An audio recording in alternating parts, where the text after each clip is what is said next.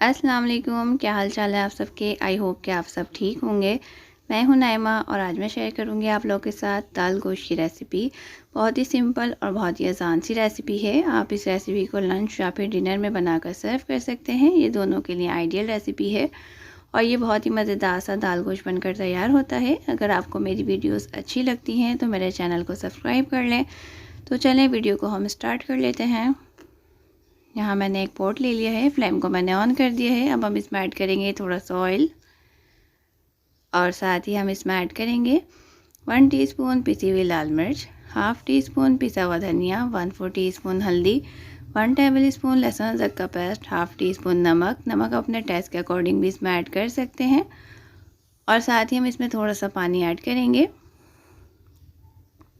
अब हम मसाले को 2 से 3 मिनट तक भूनेंगे मीडियम टू लो फ्लेम पर, ताकि मसालों का जो कच्चापन है वो ख़त्म हो जाए।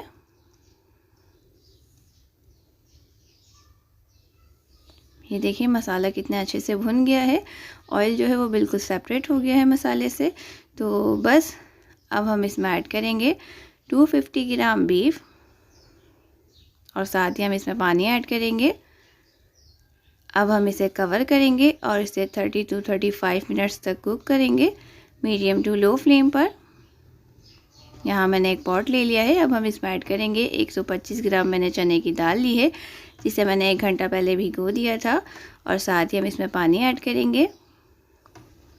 अब हम इसे कवर करेंगे और इसे 15 से 20 मिनट तक कुक करेंगे मीडियम टू लो फ्लेम पर।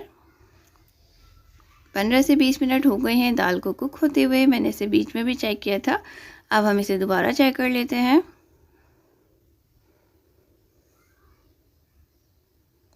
ये देखें दाल कितने अच्छे से टेंडर हो गई है। अब हम फ्लेम को ऑफ कर देंगे और यहाँ मैंने दाल का पानी निकाल दिया है। अब हम एक स्पून की हेल्प से इसे अच्छी तरह से मैश कर लेंगे।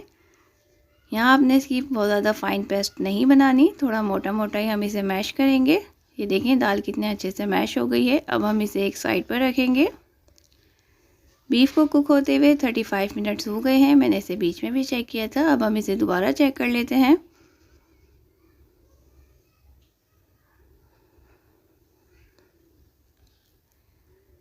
ये देखें बीफ कितने अच्छे से टेंडर हो गया है।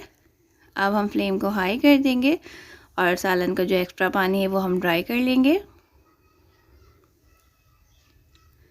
ये देखें सालन का जो एक्स्ट्रा पानी था वो बिल्कुल ड्राई हो गया है। काफ़ी अच्छे से हमने इसकी भुनाई कर ली है। अब हम इसमें ऐड करेंगे मैश की हुई दाल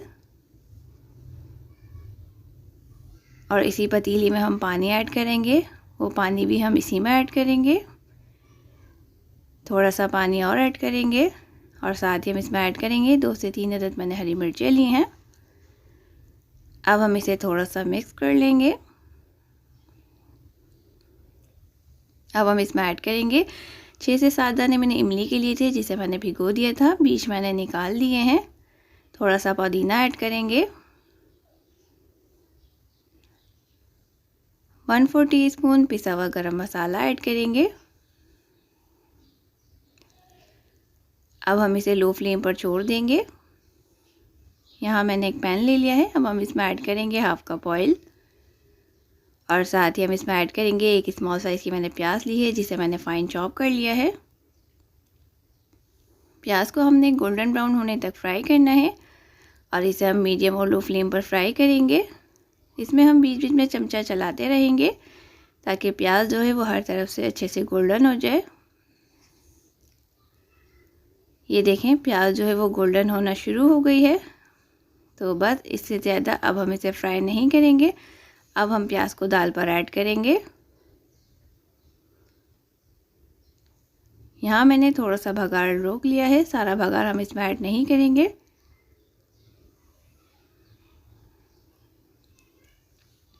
ये देखें बहुत ही मज़ेदार सा दाल गोश्त जो है वो बिल्कुल तैयार है।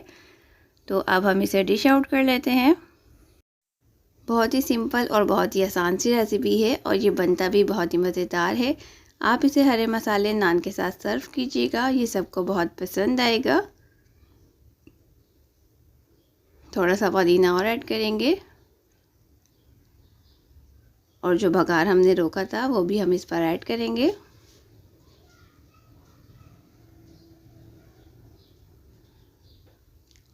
और हम इस पर नींबू लगा देंगे। उम्मीद करती हूँ आज की ये रेसिपी आपको पसंद आई होगी। वीडियो ज़रा सी भी अच्छी लगे तो इसे लाइक ज़रूर कर दिया करें। आपके एक लाइक करने से मुझे नई वीडियोस बनाने की मोटिवेशन मिलती है। चैनल पर अगर न्यू है तो चैनल को सब्सक्राइब कर लें, बेल आइकन को प्रेस कर लें ताकि मेरी आने वाली नई वीडियोस की नोटिफिकेशन आपको वक्त पर मिलती रहे। फिर मिलूँगी एक नई रेसिपी के साथ। Thanks for watching. खुदा हाफिज़।